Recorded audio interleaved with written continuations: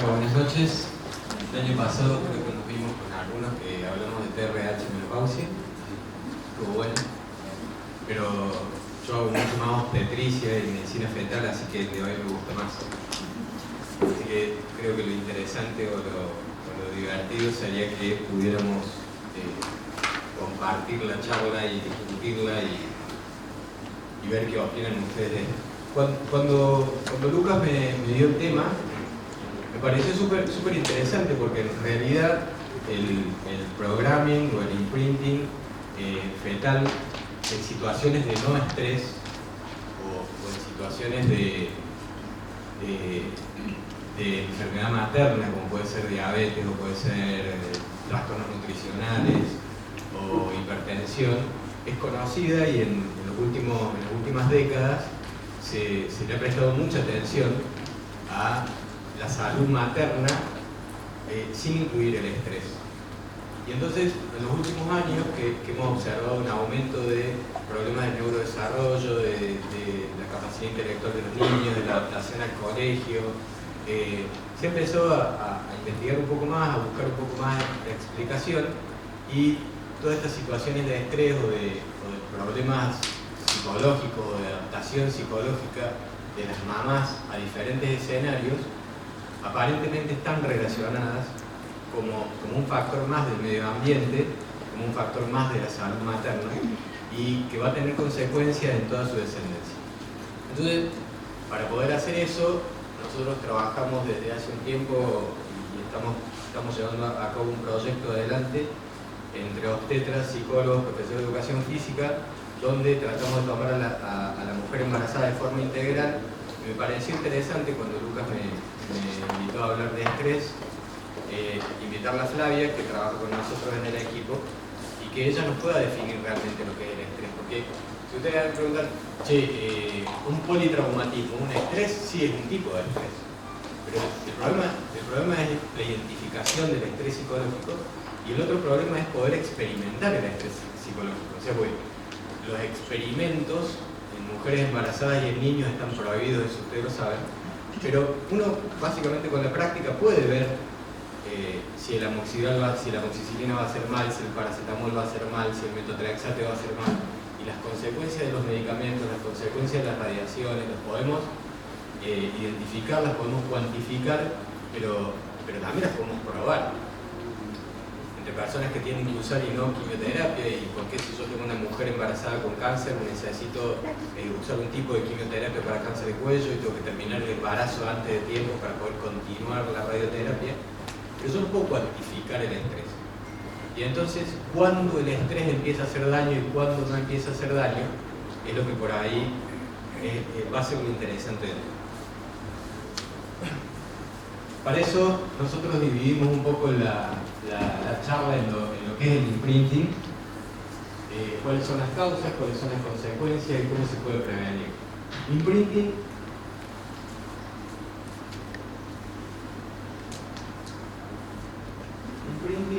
y estrés materno. ¿Ustedes saben lo que es imprinting? No. ¿O programming?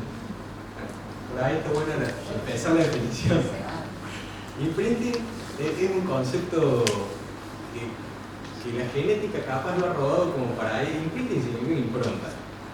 Entonces, uno sabe que en los insectos, en los hongos, en algunas bacterias, esa bacteria o ese hongo puede reproducirse de forma sexuada, pero si la reprodujera de forma sexuada, hay un porcentaje de una parte del padre o de la madre que desaparecería. Y entonces, una modificación puede mantenerse en el tiempo. En los mamíferos, eso sucede en menos del 1%.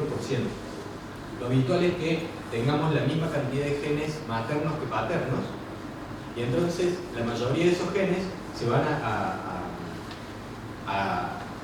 expresar de manera diploide, o sea, un paterno y un materno, pero hay de vez en cuando algunos de esos genes que están frenados, y eso se llama impronta. Imprinting es el gen frenado, que hace que el gen del otro lado se exprese básicamente, porque si no, yo podría construir seres humanos con óvulos, o sea, no haría falta fecundar, ¿entienden? Uniría dos óvulos, que lo han hecho los japoneses alguna vez, en ratones y yo, por ejemplo, evitaría la diabetes tipo 2, que el gen de la diabetes tipo 2 está codificado en la parte masculina. No significa que los varones solamente transmitamos el gen de la diabetes tipo 2. Lo que sucede es que hay veces que el gen de la diabetes tipo 2 en la mujer está improntado, o sea, está frenado, y otras veces no. Cuando no está frenado, ese gen se va a expresar y la descendencia puede heredar la diabetes tipo 2. Más o menos, eso es imprinting. Entonces, ¿qué tiene que ver imprinting con lo que nosotros vamos a hablar hoy? Nada. En realidad, es como un concepto que está errado y los obstetras o los genetistas lo hemos empezado a usar de forma confundida con epigenética. Entonces, a lo que vamos a tratar de ir hoy es a epigenética. Cómo la epigenética va a modificar de alguna manera, o la epigenética en realidad incluye un montón de cosas, pero hoy incluimos el estrés dentro de la epigenética.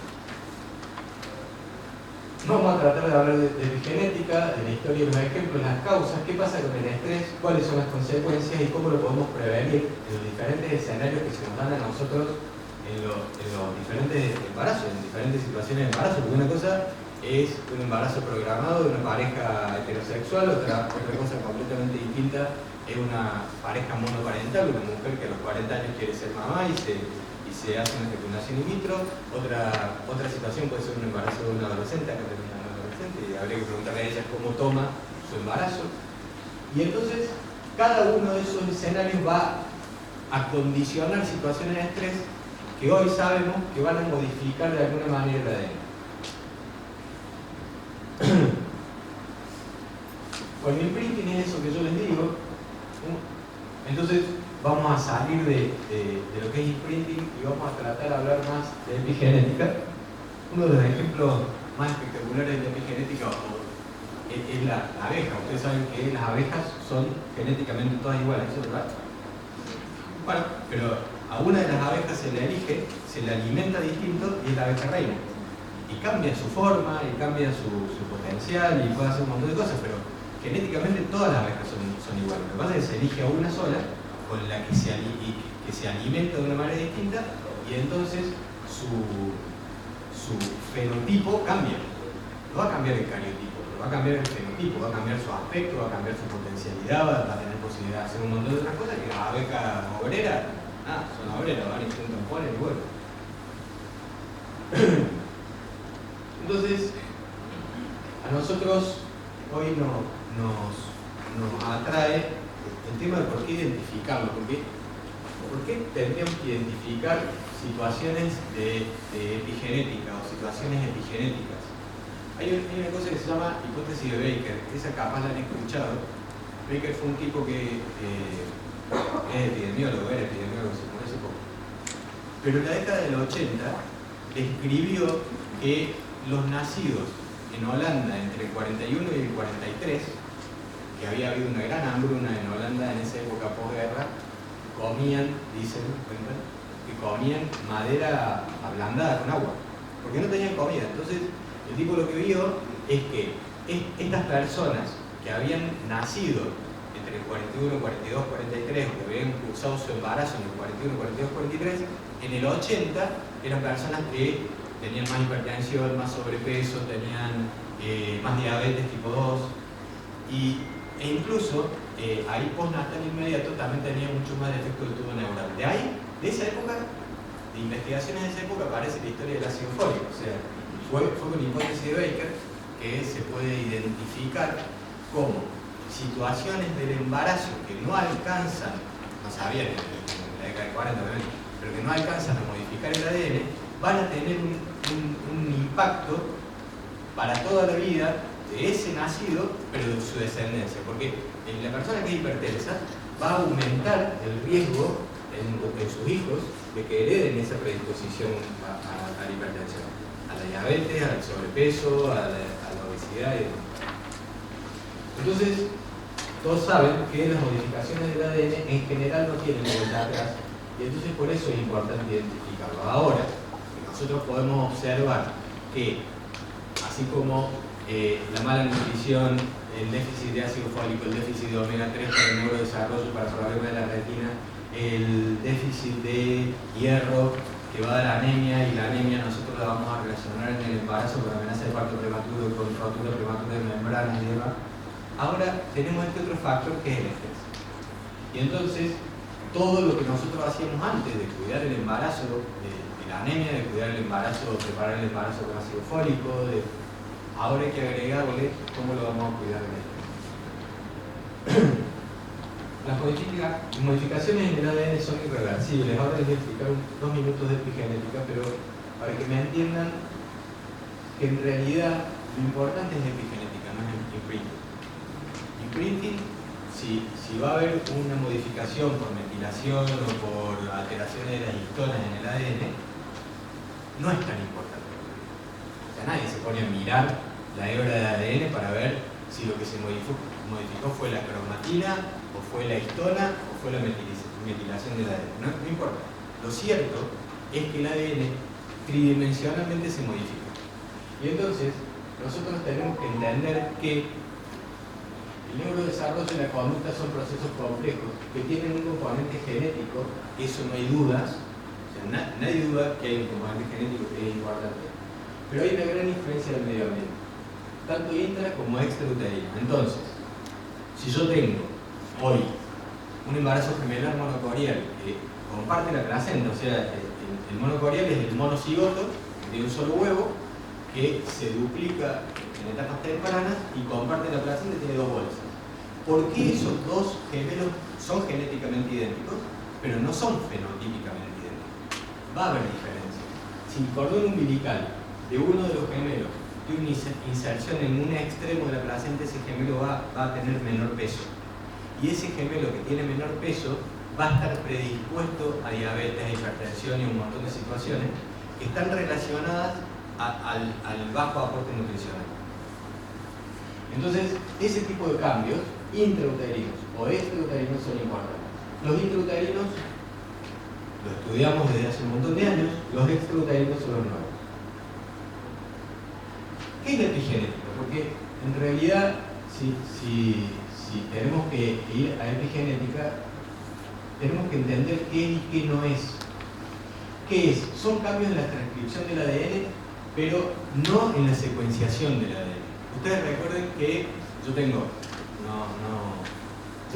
un complejo de bases púricas y pirimídicas que me va a dar la codificación de un gen.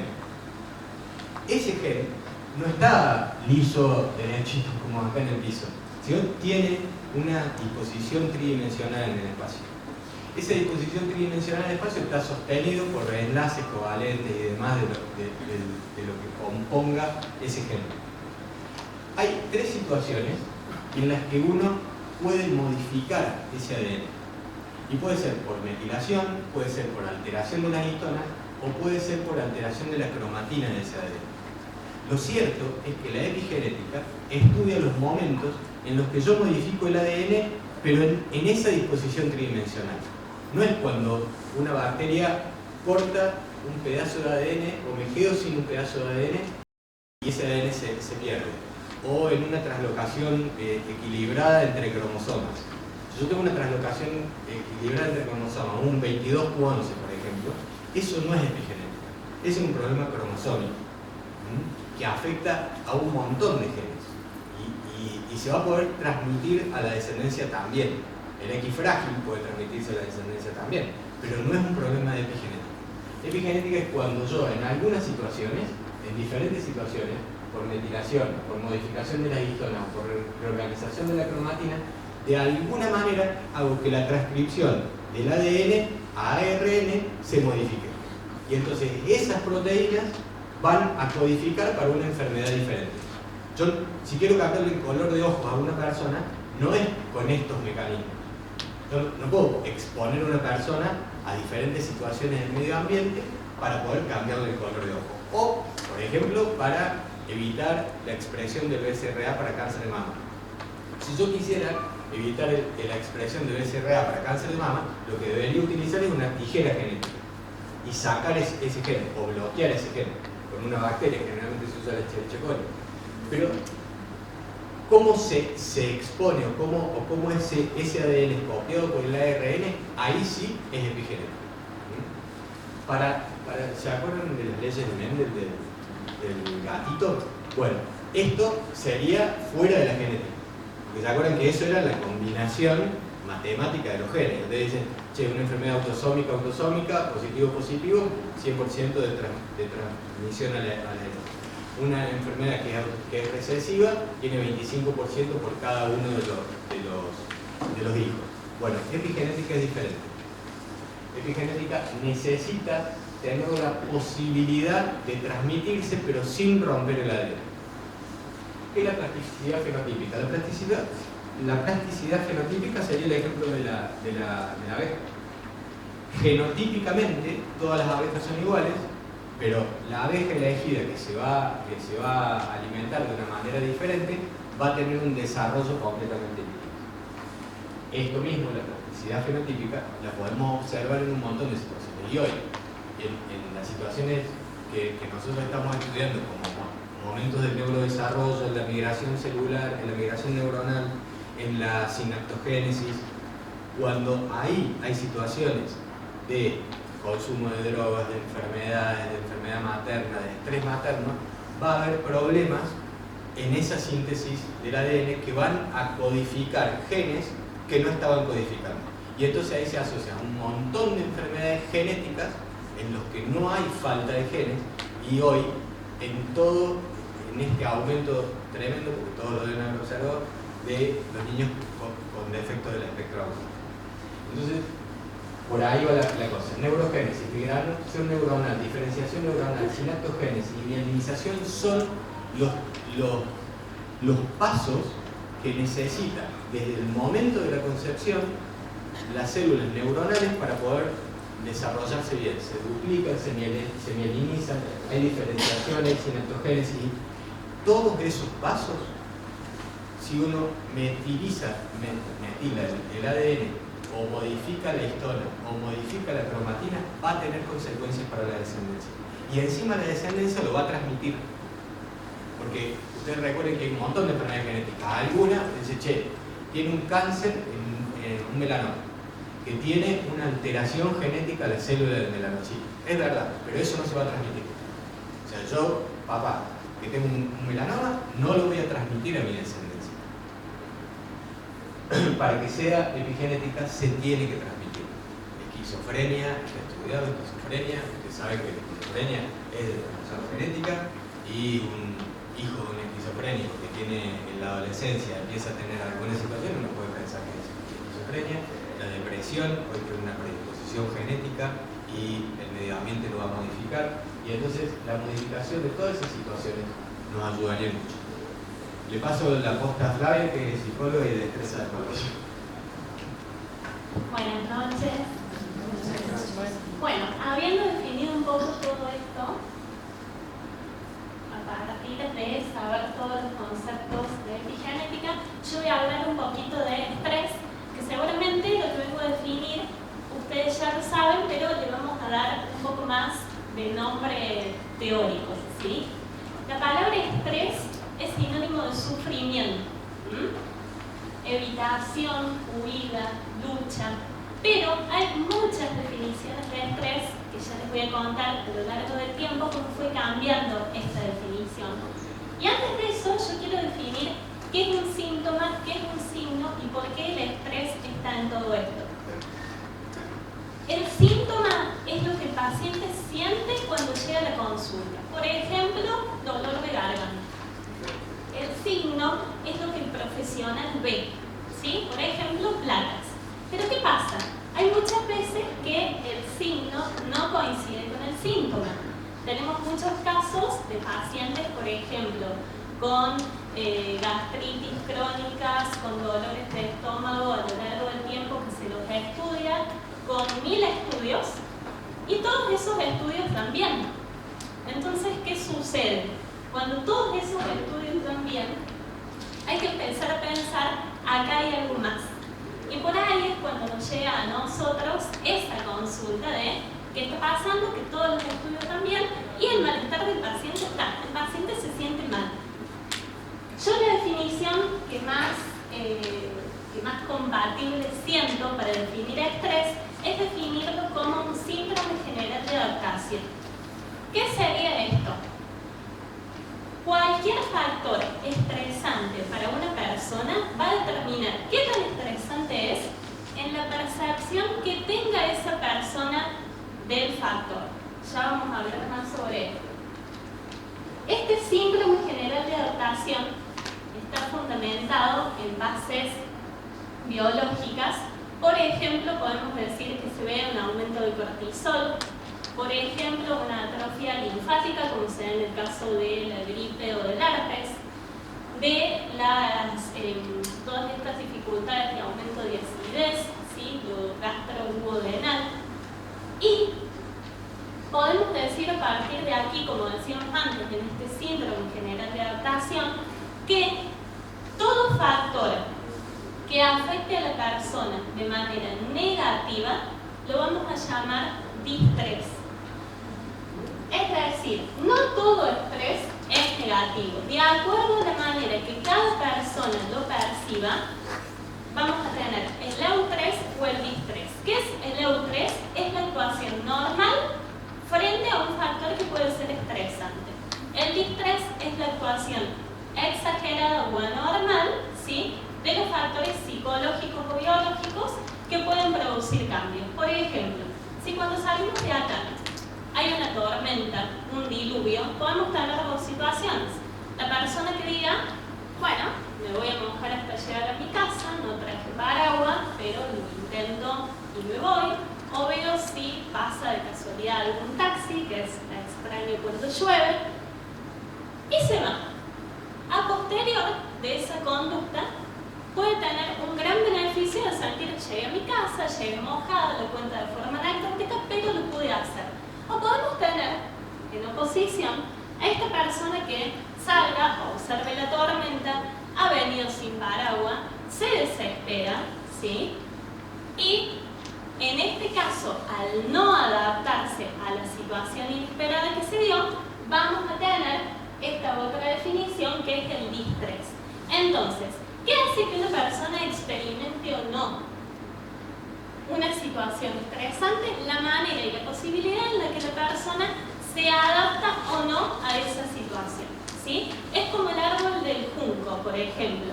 El viento lo va moviendo y el árbol se va adaptando y no lo quiebra de mitad.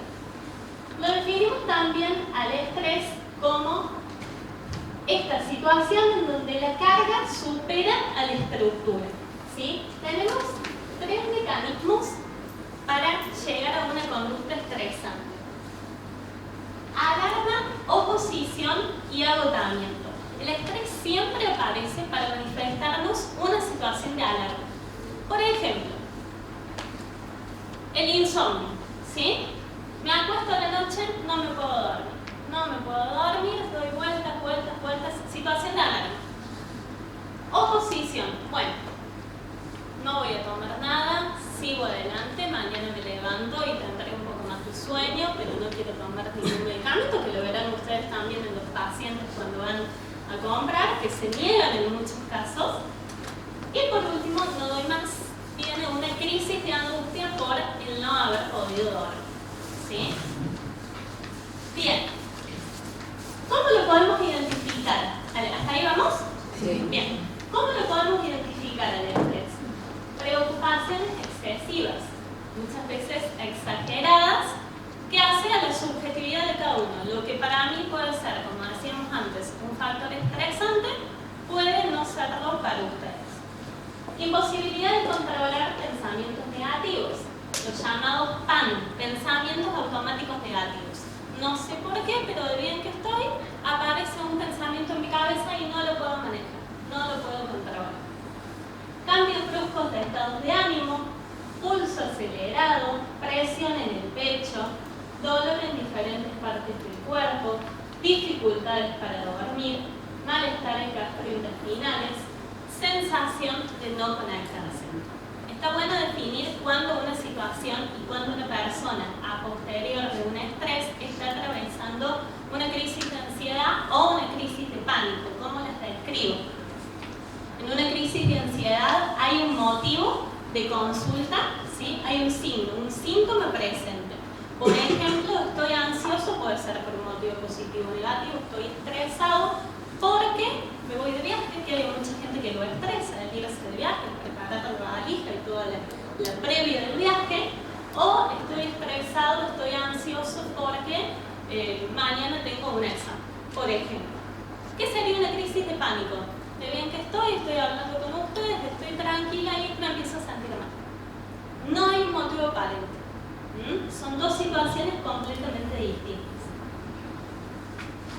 Bien, conectando un poco con todo este tema que explicaba antes del doc en cuanto a epigenética, mamá embarazada. En una situación de embarazo hay muchos cambios.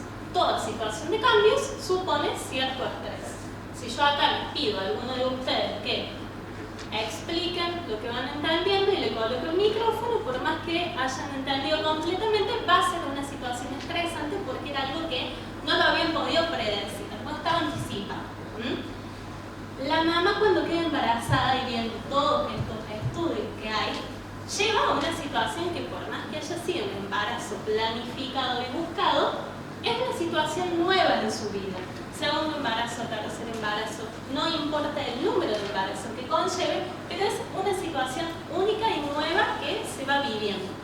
Por ende, a la mujer hay que darle sentido protagonista en el momento que esté embarazada. A una embarazada generalmente siempre se le pregunta cómo está tu bebé, cómo está en la ecografía el bebé. Nace el bebé y van a ver al bebé y nadie pregunta cómo está la mamá. Entonces, viendo todo esto y sabiendo ahora que la salud del bebé va a depender exclusivamente de cómo esté la mamá, hay muchos escenarios, acá lo vemos juntos, Ari, hay muchos escenarios en donde tenemos que tener en cuenta para estudiar y analizar cada situación en particular. Por ejemplo, podemos tener un embarazo programado en el entorno social adecuado. ¿Qué sería esto? La pareja heterosexual que busca un embarazo. Es un embarazo planeado. ¿Sí? ¿Puedo hacer una señal antes? Totalmente. ¿Se escucha? Ahora ahí se escucha. Todo lo que explicó Flavia tiene una explicación biológica y es el aumento del cortisol o la alteración del metabolismo del cortisol. La placenta tiene una enzima que sirve para romper el aumento del cortisol materno y no permitir que pase al feto. Cuando los niveles de cortisol son muy altos, ese mecanismo enzimático de metabolización del cortisol a nivel placentario no funciona y entonces aparece o cortisol directamente o metabolitos de cortisol a nivel fetal, y se ha observado que las madres, que los bebés en ciertas situaciones de estrés materno reaccionan aumentando el pulso, aumentando los movimientos, aumentando la frecuencia cardíaca, aumentando los movimientos fetales y demás, tanto que hay un estudio, un test que se llama monitoreo fetal, que lo hacemos durante el trabajo de parto, pero antes se hace, el monitoreo fetal técnicamente es sin estrés, pero es non-stress test, NST, ese es el signo. Pero hasta hace unos años se usaba el monitoreo fetal con estrés, lo hacían con una corneta o con algo que provocara estrés materno para ver si el bebé reaccionaba o no reaccionaba. Entonces, sabemos hoy que las situaciones, todas las situaciones que Flavia recién describió, sí van a afectar al bebé, algunas de manera inmediata y otras de manera mediata. Estas de manera mediata son porque ese estrés continuo, de alguna manera, el que encabeza el cortisol, pero en realidad no es solamente cortisol, son todos los neurotransmisores que pueden atravesar la placenta y van a modificar la conducta y van a modificar de alguna manera la hebra esa de ADN del feto. El embarazo, dijimos, el programado en el entorno social adecuado. Eso sí, vamos a ver. Bueno, pero uno puede tener un escenario con un embarazo buscado en una pareja heterosexual y demás, y esa persona puede sufrir estrés en algún momento. Y entonces, obviamente que la recepción es diferente. El embarazo programado en un entorno social desfavorable, y acá nosotros incluimos todas estas personas que buscan embarazarse porque busco el varón, los cuatrillizos de los otros días. Tenemos también esa pareja tenía 4 hijas, no tenía para comer, pero tenía que buscar el varón. ¿Y saben por qué tiene importancia buscar el varón? ¿Alguna vez por qué en la Villa Miseria o en regiones sociales con problemas sociales se busca el varón? No. Es porque las mujeres que tienen hijos varones tienen dentro de ese entorno social, son más importantes que las mujeres que tienen hijas mujeres. El prestigio, entre otras cosas, el apellido, que por ahí capaz a algunos no nos preocupa, a esas personas sí les preocupa. De hecho, Chekhov, algunos lo pueden haber escuchado, un viejo obstetra del Hospital Misericordia, alguna vez describió que la mayoría de los abortos que llegaban al Hospital Misericordia eran de fetos femeninos, cuando el embarazo era avanzado. En la ecografía de 18-19 semanas observaban que era una nena y lo abortaban. Entonces hay que tener cuidado porque vos decís, che, qué bueno, qué interesante, me llamaron y hicieron una entrevista de Global Interior. ¿Podés hablar de embarazo gemelar? Sí, un desastre. O sea, es pésimo lo que hicieron. Porque van a tener 4 prematuros. Está mal. Entonces, encima esa persona que antes no le podía dar de comer a 4 hijos, ahora tiene que dar de comer a 8. Y saben de los 8 cuántos varones tiene uno. Y bueno, la persona estaba chocha y la sacaron por la televisión y por todos lados y estaba chocha. Para ese grupo de gente, tener más hijos está bien. Aunque el daño que le van a producir es irreversible, porque no hay nada más grave para un bebé prematuro que ser prematuro. Entonces, las consecuencias de la prematurez, esos 4 nenes, lo van a tener para toda la vida. Y entonces, esos problemas intraútero y extraútero inmediato, del postnatal inmediato, por ejemplo, de ese varón que ellos tanto querían tener, lo va a transmitir a su próxima generación. Entonces, eso del entorno programado, del embarazo programado, del entorno social desfavorable, es muy importante. Mucho más de lo que creen. Ni hablar del contexto en el cual después esos niños crecen y se les dedica el tiempo necesario para aprendizaje y todos los problemas que surgen a posterior en la época escolar, ¿no?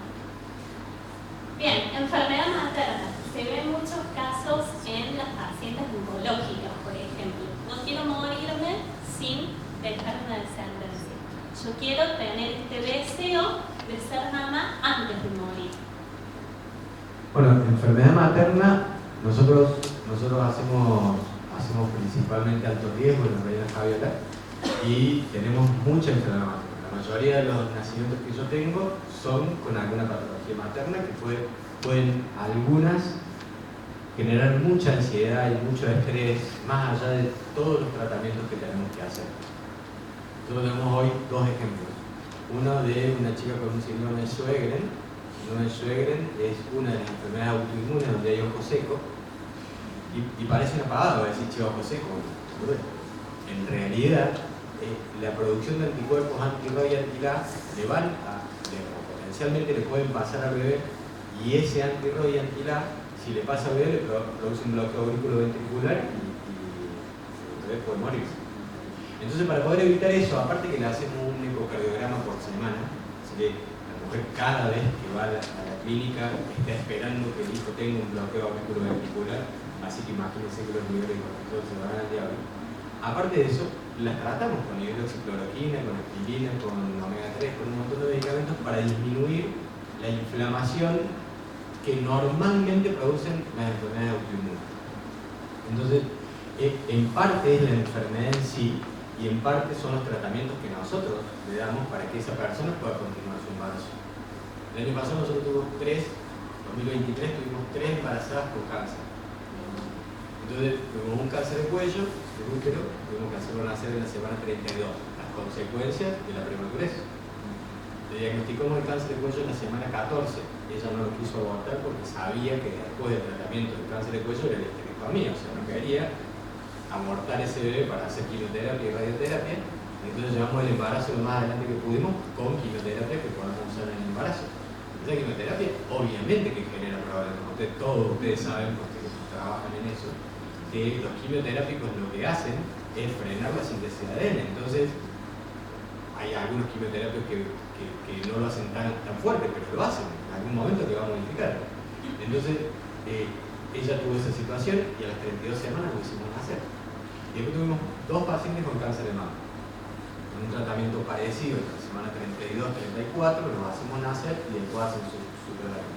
Pero ustedes imagínense cualquiera de nosotros que reciba la anatomía patológica de un cáncer, de cualquier cosa. La situación es súper interesante, angustiante y demás. Estando embarazada, hay mecanismos para poder protegerlo, pero normalmente en el equilibrio de la producción de neurotransmisores y de cortisol va a ser mayor que los mecanismos protectores que tiene la placenta.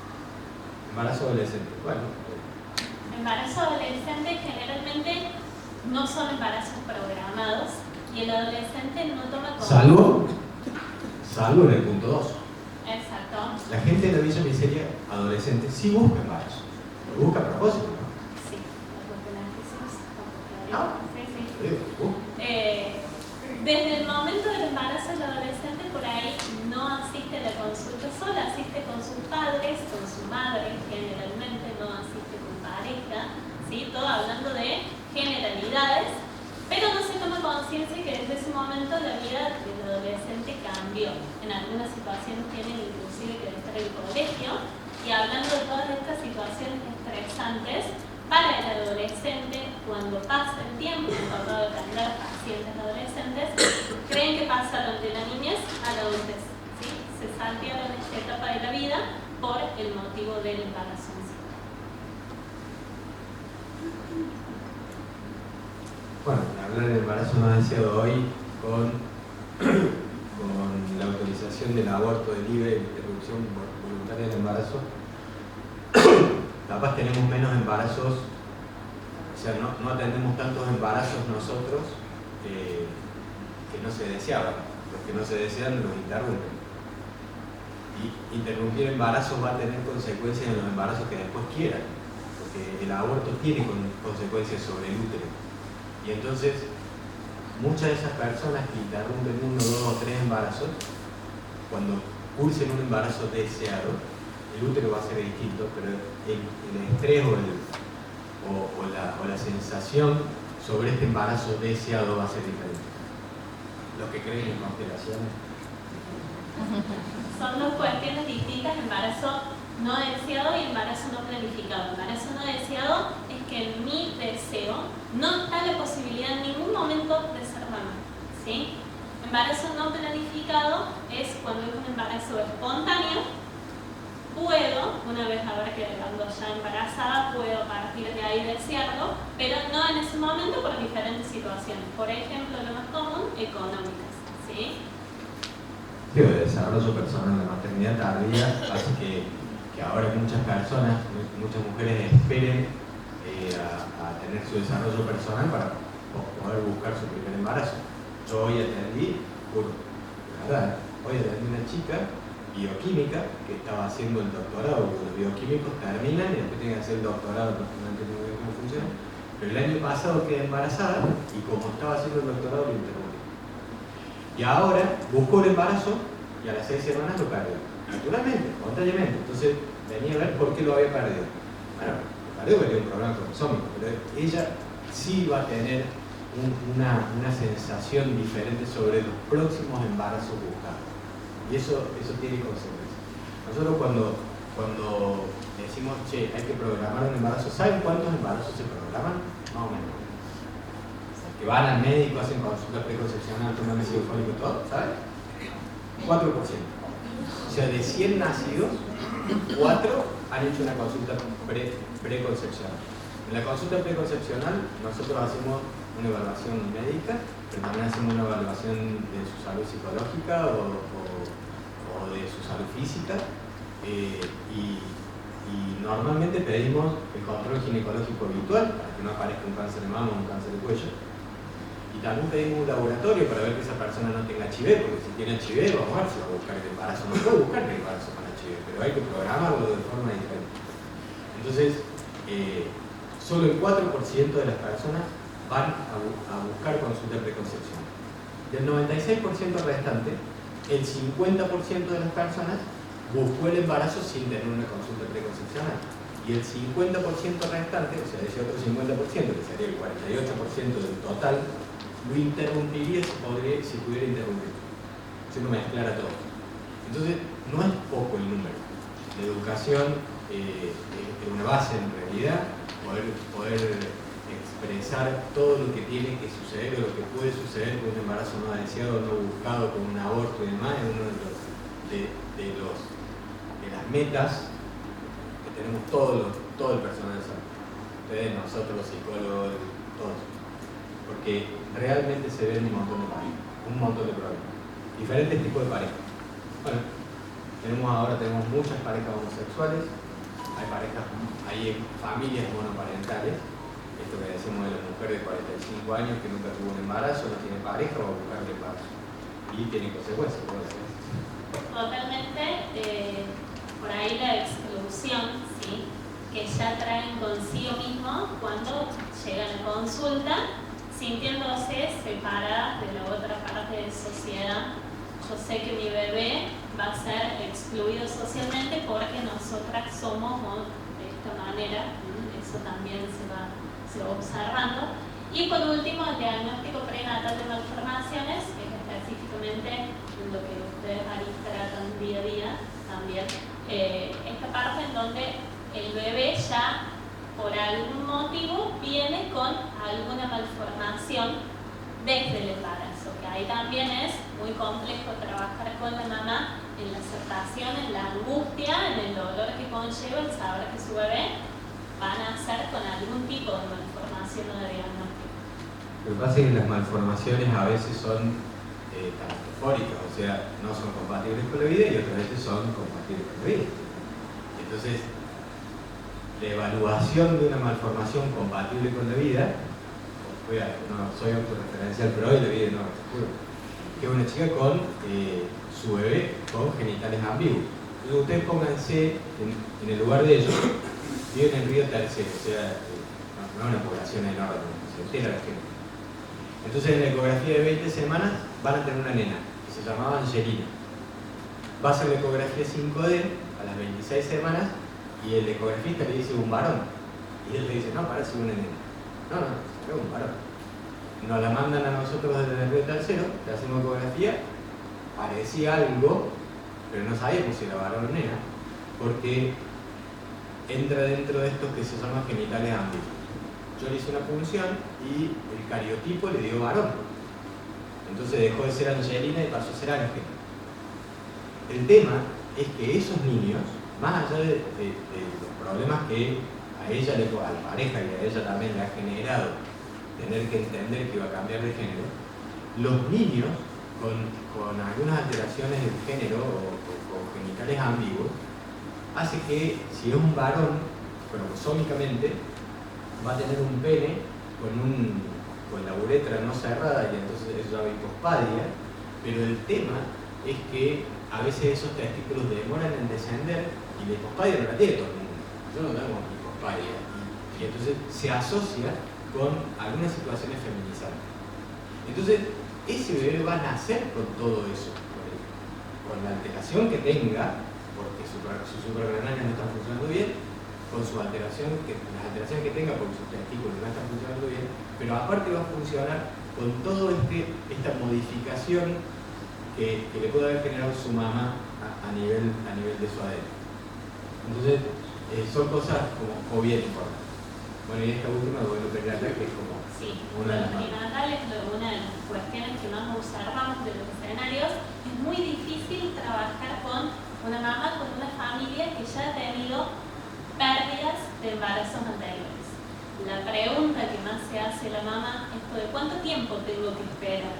Tengo que estar bien físicamente, psíquicamente y todo el deseo que conlleva también el nuevo embarazo, con sus miedos, con sus inseguridades. Me va a pasar lo mismo que me pasó en el embarazo anterior. Está bien que haya quedado embarazada en esta época, debería haber hecho un duelo más prolongado. Esas son las consultas que a mí me llegan.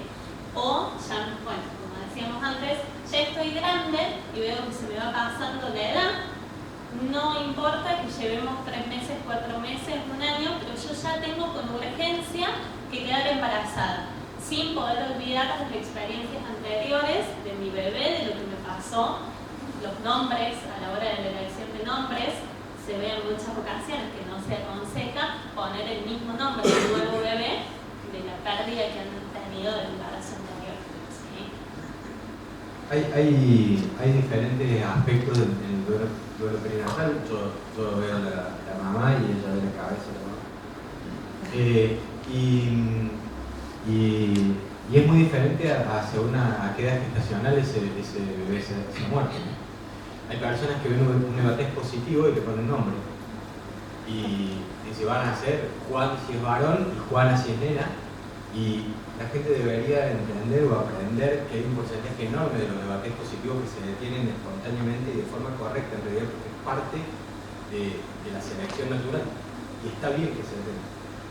Uno tiene que entender que si a las 4 semanas se detiene un embarazo, el 99% de esos embarazos detenidos tienen un problema cromosómico incompatible con la vida. Puede ser cualquier trisomía menos de 21 que es el Down, todas las otras trisomías se mueren, y cualquier triploidea, todas se mueren. Y ese número va bajando tanto que cuando llegamos a término, solamente el 2% de los bebés muertos en una sala de parto tienen un problema cromosómico. O sea, el organismo de la mujer limpia o trata de tener embarazos con problemas cromosómicos que sean incompatibles con la vida. Entonces, a medida que avanza la edad gestacional, es más duro poder enfrentar un nuevo embarazo. Tanto que lo habitual es que nosotros a las embarazadas con un nuevo embarazo, a esos bebés les decimos bebés arcoíris, a esa todas hacen terapia perinatal con la psicóloga. Porque en realidad es imposible si no llevar ese embarazo adelante. Las personas calculan, che, a las 32 semanas se me rompió la bolsa del otro y se murió, sácamelo a las 31, está bien, saco a las 31, pero va a ser un prematuro, va a ser un quilombo. No, bueno, sácalo, tratamos, no sacamos, pero en realidad es como bien difícil. E inclusive, se agregamos en la cita, hay mamás, y el impacto es diferente, que ven a sus bebés, Gisela, un embarazo gemelar, los dos bebés, un aborto, y lo llega a ver, se los dan a posterior de unos días en frascos a los bebés. Y ella pide que tapen esos frascos para no poder ver los bebés. Y en el momento bueno que estaba volviendo a su casa, en decisión conjunta con su pareja, deciden destapar esos frasquitos para observar a los bebés. Y esa paciente, esa mujer, hoy por hoy, está con su deseo de ser mamá nuevamente, hablando de menos de un mes aproximadamente. Sí, porque en realidad cuando se nos muere un bebé a término, tratamos que hagan el duelo muy rápido, obviamente que depende de cada una paciente, ¿no? Pero cuando nosotros tenemos bebés a término muertos, tratamos de hacer parto para no enfrentarla encima de la estrés de una cesárea, y normalmente nos dejamos que se despidan.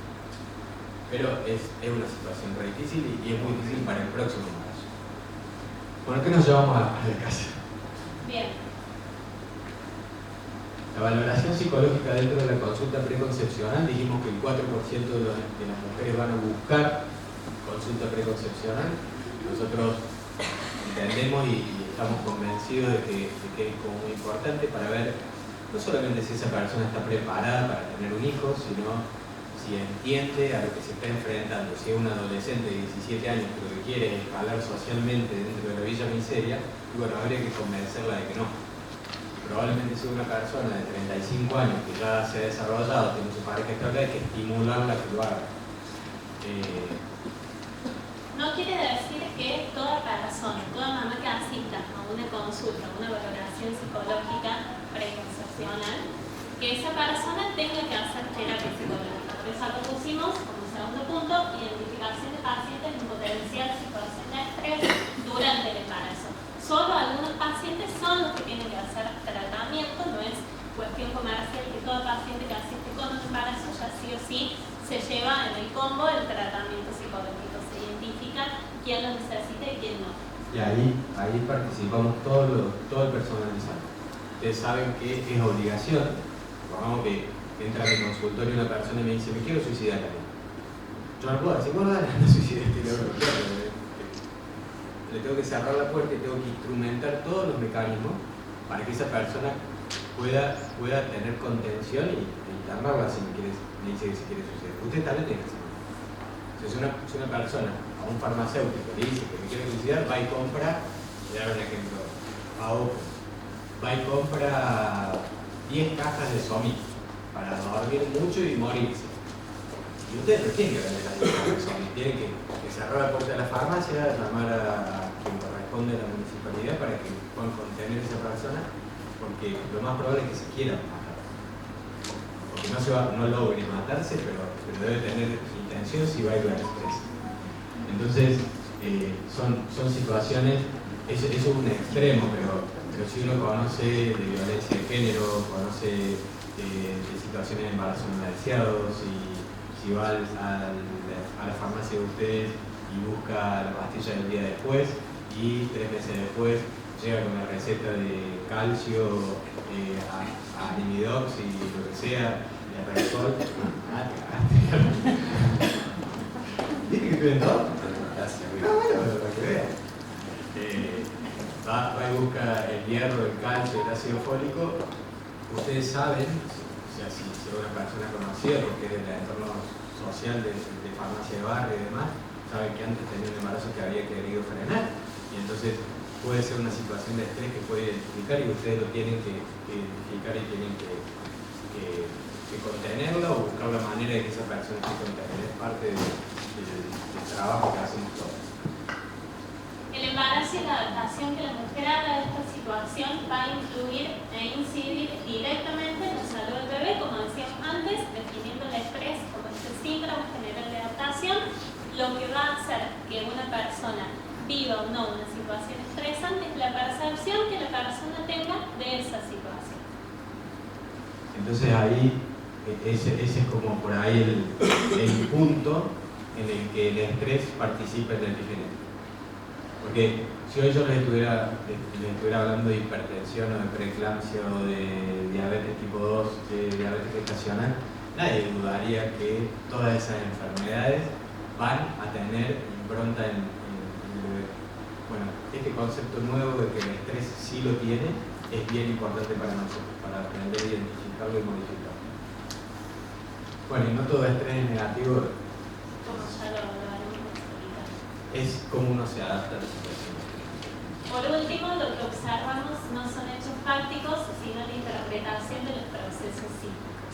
Cada cual decide si enfermar o no, el duelo, el dolor es inevitable, el sufrimiento portátil. Cada persona decide de qué manera sufrir. Es inevitable que ante la muerte de alguien yo tenga dolor, sí, pero mi sufrimiento va a depender de todos los factores y del contexto que yo tenga para salir adelante de esa situación de dolor.